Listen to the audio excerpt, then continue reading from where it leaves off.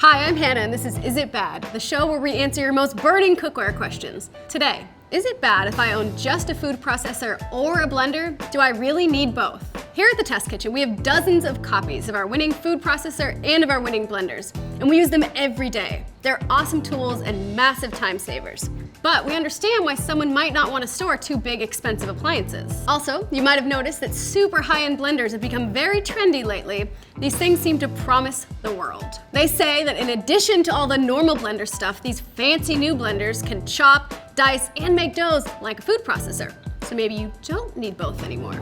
We have made perfectly delicious pesto, hummus, almond butter, and mayonnaise in both a food processor and a blender. So there is some overlap. Has there been a revolution in small appliances? Do you still really need both machines to have a well-equipped kitchen? We were curious and skeptical. To find out, we tried to dice onions and make pizza dough in 4 different high-end blenders. In sum, it was a disaster. The blenders all bashed up the onions into uneven pieces and onion juice. When we tried making pizza dough, all of the blenders overheated. The jar is just too tall and narrow for everything to properly combine. And the motors all automatically shut off to protect themselves from burning out. So we're just not there yet with paring down the number of small appliances that a well-equipped kitchen needs. And there are a few reasons why. Food processors excel at prep. They're great for chopping vegetables, shredding cheese, grinding meats, making dips, dressings, butter, and more. A good one, like our winner here from Cuisinart, has a nice sharp blade that sits really close to the bottom and walls of the bowl, so none of the food escapes. It chops everything evenly with nice, crisp, clean cuts. It can also shred and slice with these discs, which is a huge advantage. You can make a ton of shredded potatoes, cheese, or carrots in seconds,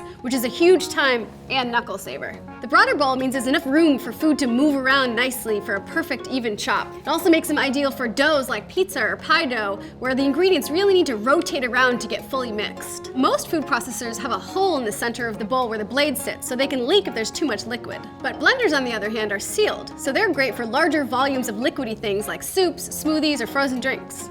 Blenders also have duller blades, which, somewhat surprisingly, allows them to get smoother textures. But I'm not saying this super blender slash food processor will never exist. Technology will evolve. We put a man on the moon. These two appliances are so close. It's gotta be possible.